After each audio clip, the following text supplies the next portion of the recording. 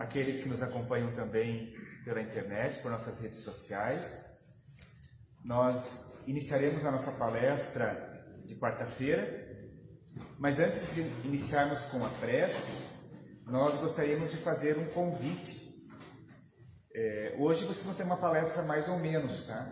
Mas amanhã tem uma palestra boa e nós convidamos, para quem quiser vir amanhã na Casa Espírita, nós vamos receber o Marcel Mariano.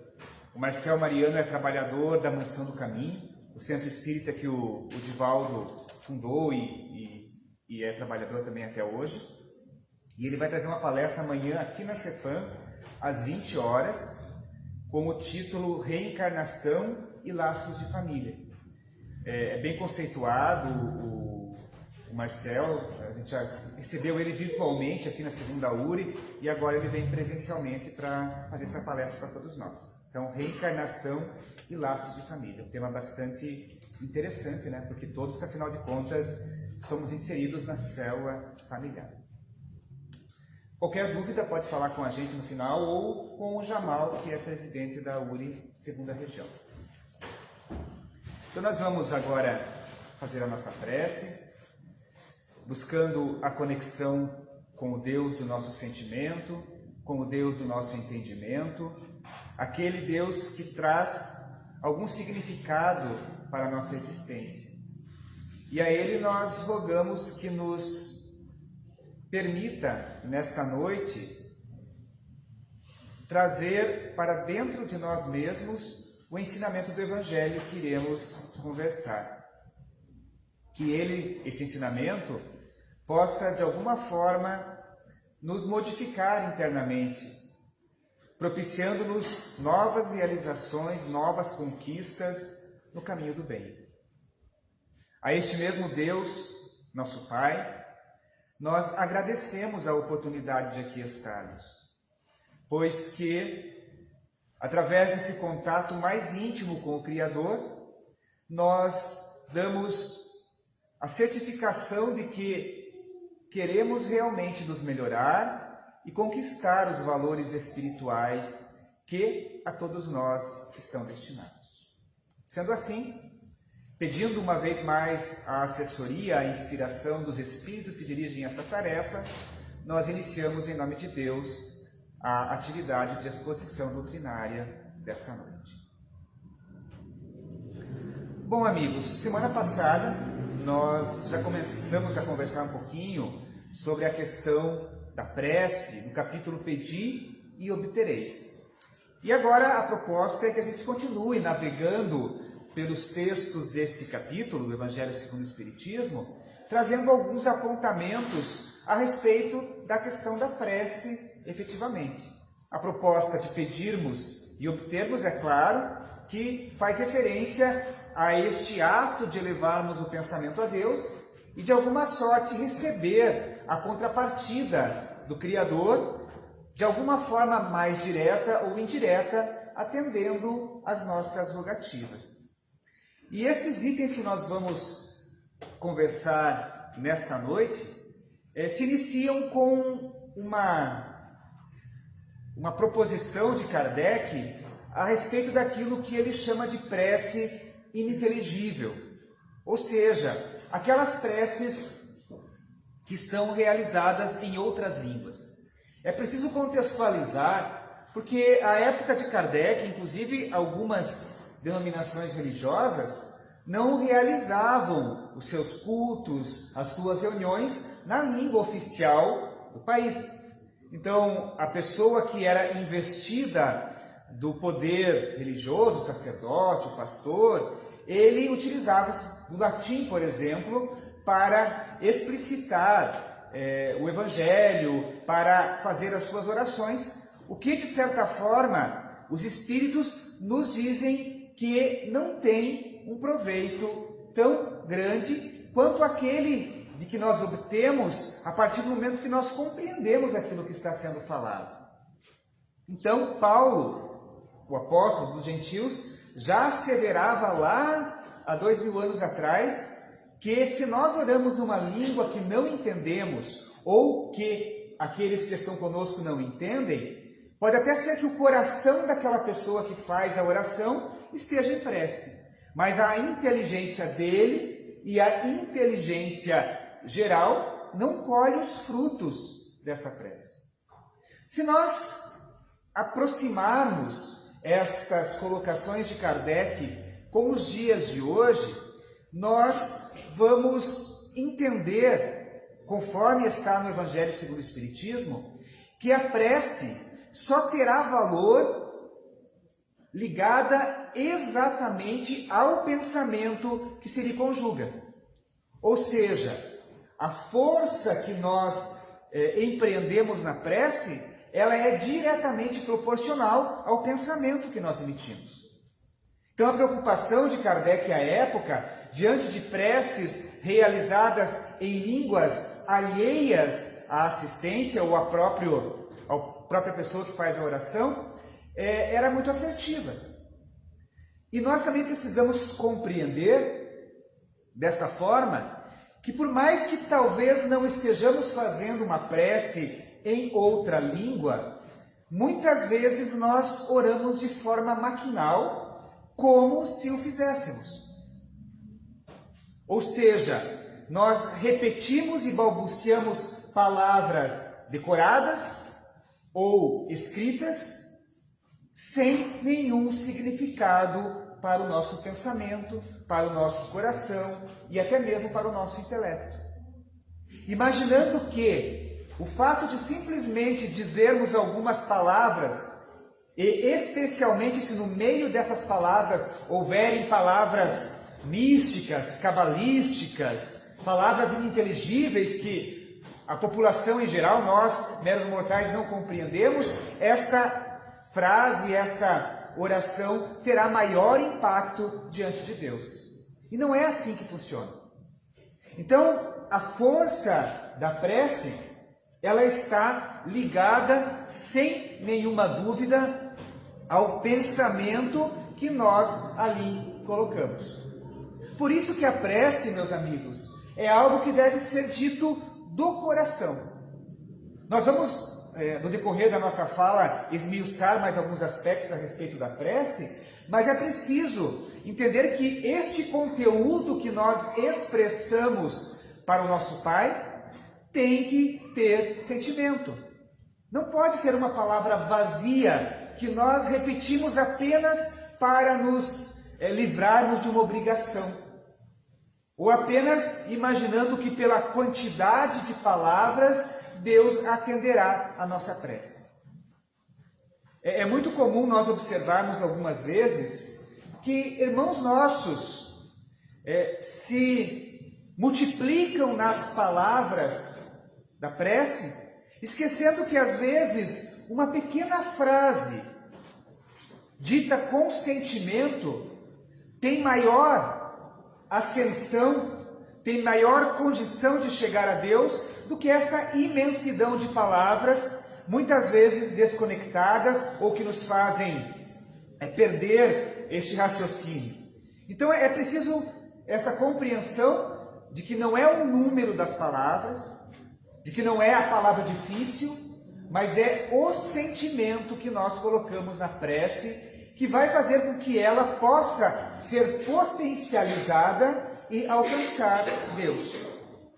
Nós sabemos, quando estudamos a doutrina espírita, que o pensamento vai ao infinito. Quando nós percebemos que estamos envoltos num fluido que a doutrina espírita conceitua como fluido cósmico universal, que é esse hálito divino, que é esta emanação divina, quando nós pensamos, o pensamento ele se propaga através deste fluido universal. Como aqui vocês ouvem a minha voz, que faz vibrar, as ondas sonoras fazem vibrar o ar e chega até os ouvidos de todos aqui presentes. Então, aqui há um efeito material da minha voz chegando até vocês. Na prece é mais ou menos a mesma coisa. No pensamento, nós emitimos um pensamento e ele terá mais intensidade. Simbolicamente falando, a voz do pensamento terá mais força na medida exatamente proporcional do sentimento, do pensamento verdadeiro que nós empreendemos. Então, quanto mais sentimento nós colocamos naquele pensamento, quanto mais vontade nós colocamos naquele pensamento, maior é a amplitude que ele atinge neste vagar pelo fluido cósmico universal, e por conseguinte nós podemos entender que maior potência terá esse pensamento. Por isso que a prece não pode ser desconectada da vontade e do sentimento, para que efetivamente ela tenha essa força capaz de modificar as estruturas que nos cercam. Allan Kardec vai dizer nesse item que muitos oram por dever. E é verdade. Às vezes pela manhã a gente acorda meio atabalhoado, meio dormindo e faz uma prece, meu Deus, que tenha um bom dia e assim seja, e sai correndo para o trabalho. Ou para os afazeres. Sem se dar conta de que talvez as mesmas palavras, meu Deus, olha por mim neste dia, poderiam ser ditas com mais circunspecção, com mais sentimento, e não de forma maquinal para cumprir um dever, porque lá na casa espírita falaram que a gente tem que fazer prece quando acorda e quando vai dormir. Então, de nada vale uma prece dita maquinalmente. É apenas uma fórmula. Se nós pegarmos uma receita de bolo e começarmos a ler repetidamente, o efeito de uma prece dita sem sentimento é o mesmo. Pois que nela falta o essencial para atingir a Deus. Kardec vai dizer assim: alguns oram mesmo por obediência aos usos, aos costumes, dizendo que a partir disso estão quites. Principalmente quando se atribui um número determinado de vezes em tal ou tal ordem. Então cria-se uma ritualística com base na prece, que nós devemos dizer a prece X tantas vezes, repetidamente. Pai nosso que estás no céu, tem um boleto para pagar. Ou seja, está desconectado o nosso pensamento do que estamos falando. E é o que acontece muitas vezes quando a nossa prece é maquinal. A gente está pensando na novela, está pensando no problema da empresa, está pensando no conflito que estamos vivendo talvez em família. E aquelas palavras saem de forma automática, sem nenhum sentido. Quando nós falamos, por exemplo, do Pai Nosso, que foi a oração que Jesus nos deu como exemplo, se nós fizermos um simples exercício de prestar atenção em cada sentença, nós vamos ver a profundidade da proposta de Jesus. Porque não há problema de nós utilizarmos a oração do Pai Nosso, mesmo que sendo decorada. O problema está em fazê-la por fazer, ou fazê-la sem nenhum sentimento, ou fazê-la como a gente canta o hino nacional, às vezes sem saber o que está falando. Então é preciso compreender o sentido de cada frase. Às vezes a gente nem se toca, por exemplo, que o Pai Nosso tem uma pegadinha, né? Meu Deus, me perdoe na proporção que eu perdoo os outros. Ou seja, se eu não perdoo, eu não vou ser perdoado. Então é preciso entender o significado de cada frase. E quando eu falo assim, meu Deus, perdoe os meus erros, como eu perdoo os erros dos outros, meditar que eu devo me esforçar mais para perdoar aqueles que convivem comigo. Quando eu peço, meu Deus, me livre da tentação, da prática do mal, eu devo compreender e fazer um exercício mental de que eu preciso fazer a minha parte para me afastar das coisas que são más. Então é todo um trabalho quando nós realizamos a prece, que também favorece a nossa reforma íntima, também favorece a nossa transformação moral. Kardec vai mais longe, ele diz assim: Deus vê o que se passa no fundo do coração, lê o pensamento e percebe a sinceridade.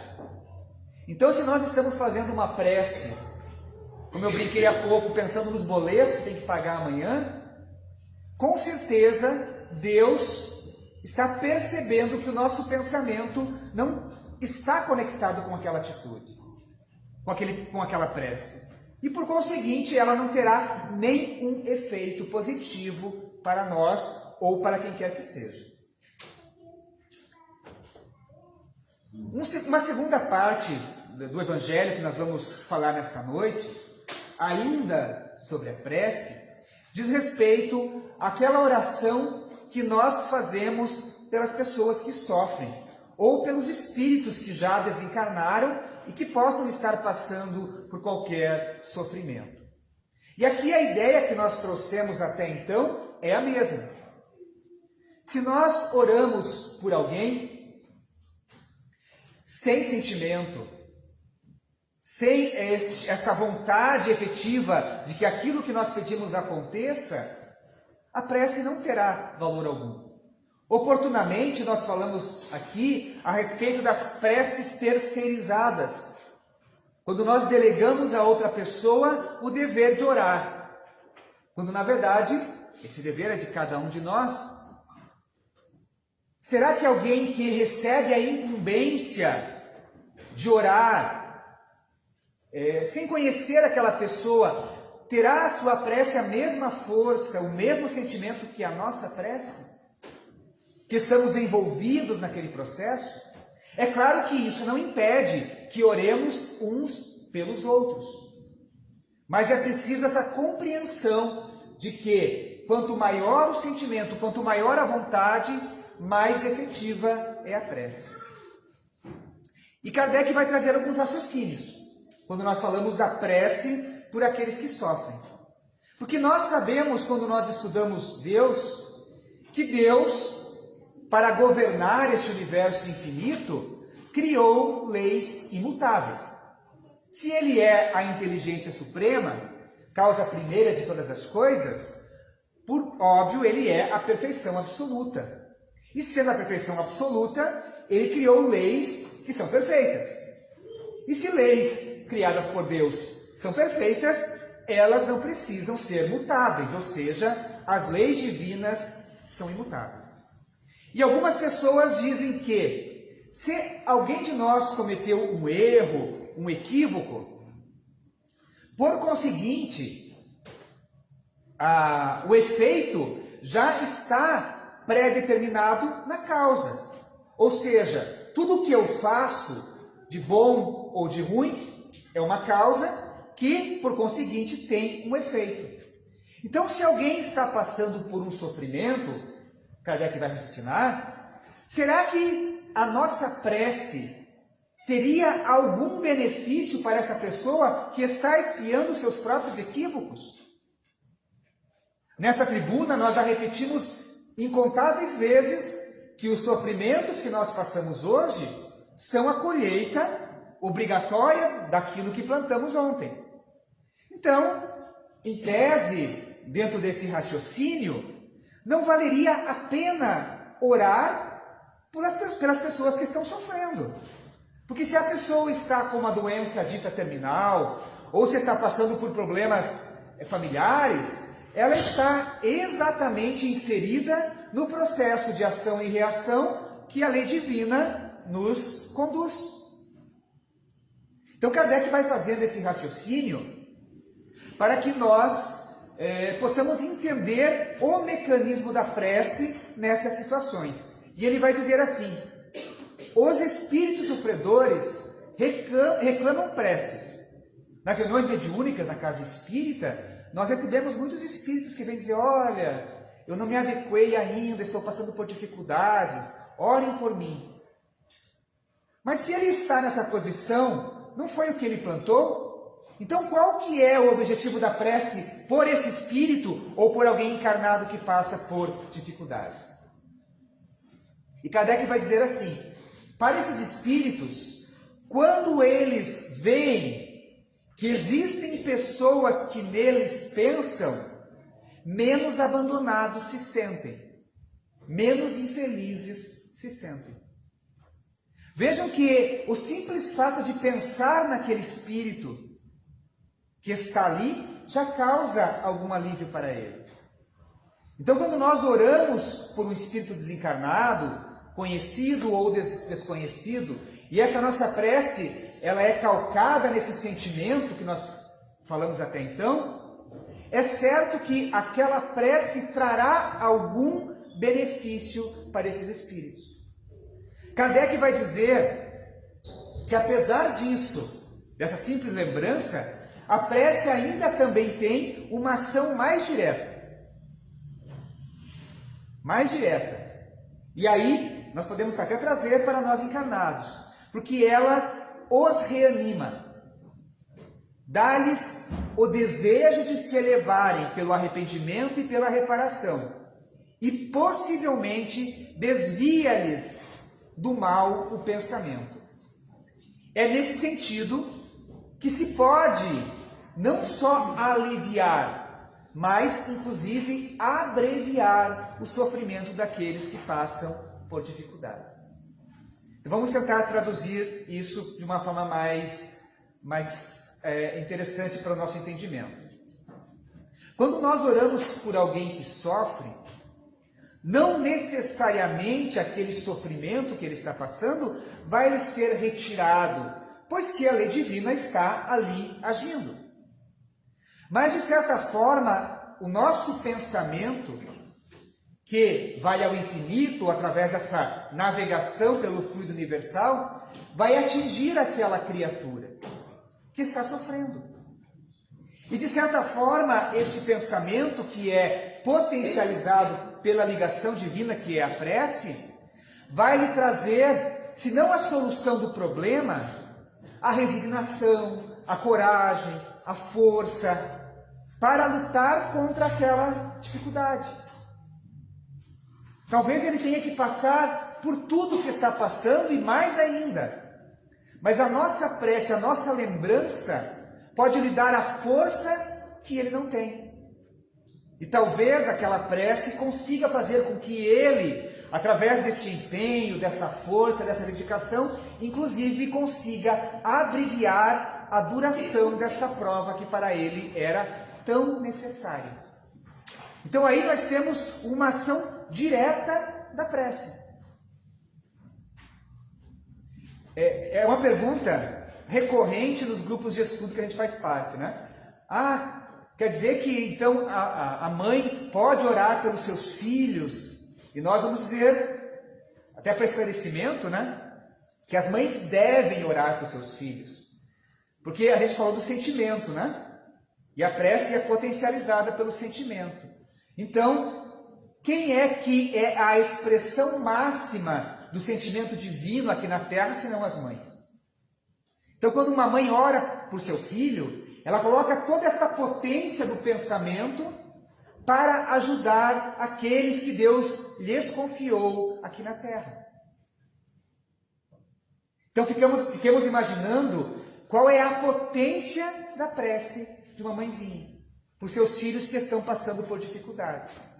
Talvez a prece da mãe não tire a dificuldade do filho, porque é uma experiência que ele tem que passar, um aprendizado que ele tem que realizar. Mas talvez aquela pessoa, aquele filho, aquela filha, tenha condições de melhor lidar com a problemática que está envolvido e consiga superar as dificuldades com mais facilidade. Então eu peço às mãezinhas aqui que não deixem de orar por seus filhos.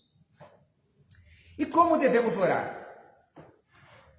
Monod, em Bordeaux, 1862, espírito, ele vai dizer assim, que o dever primordial de toda criatura humana, o primeiro ato que deve assinalar a sua volta à vida ativa de cada dia é a prece. Que nós já falamos, que na casa espírita a gente aprende que o primeiro pensamento, quando a gente abre os olhinhos de manhã, deve ser esta reconexão com Deus. Pelo menos para dizer assim, obrigado Deus, porque eu não desencarnei enquanto estava dormindo. Uma nova oportunidade de aprendizado, de trabalho que estou tendo. Então essa conexão com Deus vai nos fazer muito bem durante aquele dia. Monod vai dizer assim, quase todos vocês oram, mas gente, muitos poucos sabem orar.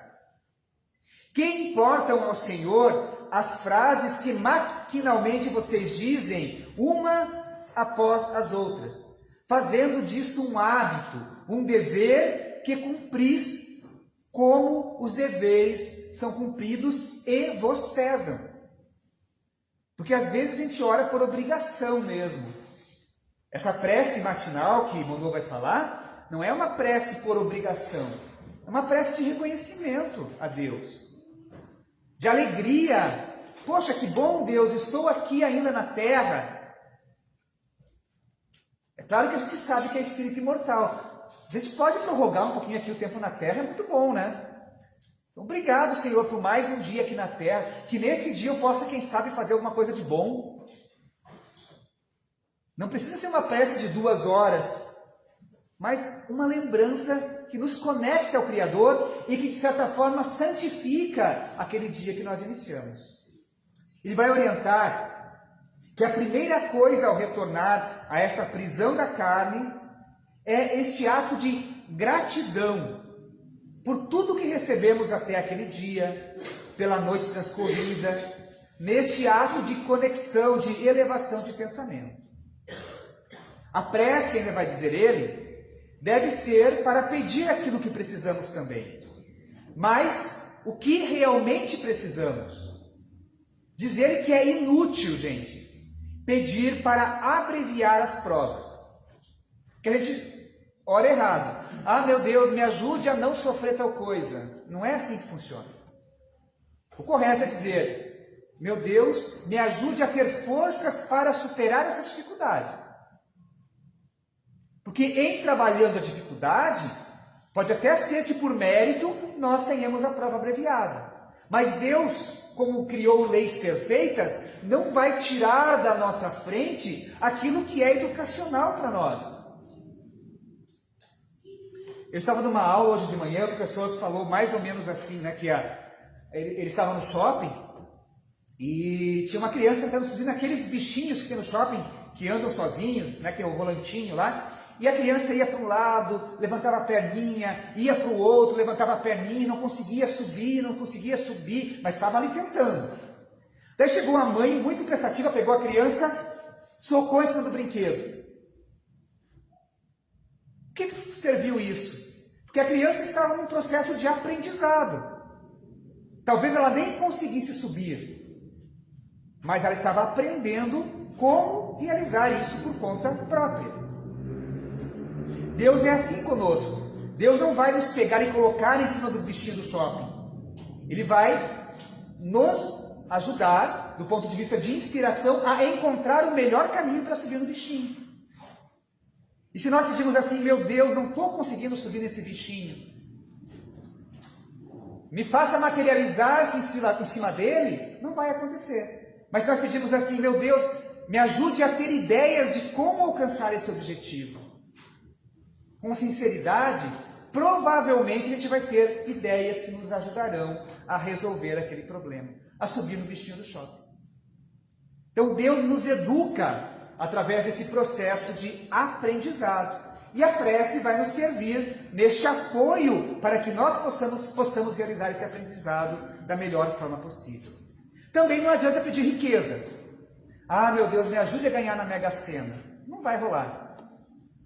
Porque se nós estamos destinados à prova da riqueza, que é uma prova das mais difíceis, Deus, através dos mecanismos da sua própria lei, fará com que aquela riqueza chegue às nossas mãos, seja no berço, seja numa herança, seja no mecanismo da Mega Sena, por exemplo. Mas se nós estamos com a nossa programação de estarmos na média, de termos os boletos lá todo final de mês e o dinheiro curto, pois que isso é um aprendizado para nós podemos pedir a vida inteira para recebermos a riqueza e nós não vamos receber a riqueza porque Deus não vai nos colocar em cima do bichinho. Ele vai deixar com que nós possamos aprender pelos nossos próprios erros e acertos. Monod vai dizer assim, que muitas vezes nós falamos, eu não vou mais orar, porque Deus não atende nossas preces. Eu já ouvi isso algumas vezes. Ah, Deus não me escuta, então eu vou parar de orar. E ele vai dizer assim, o que nós pedimos a Deus na maioria das vezes.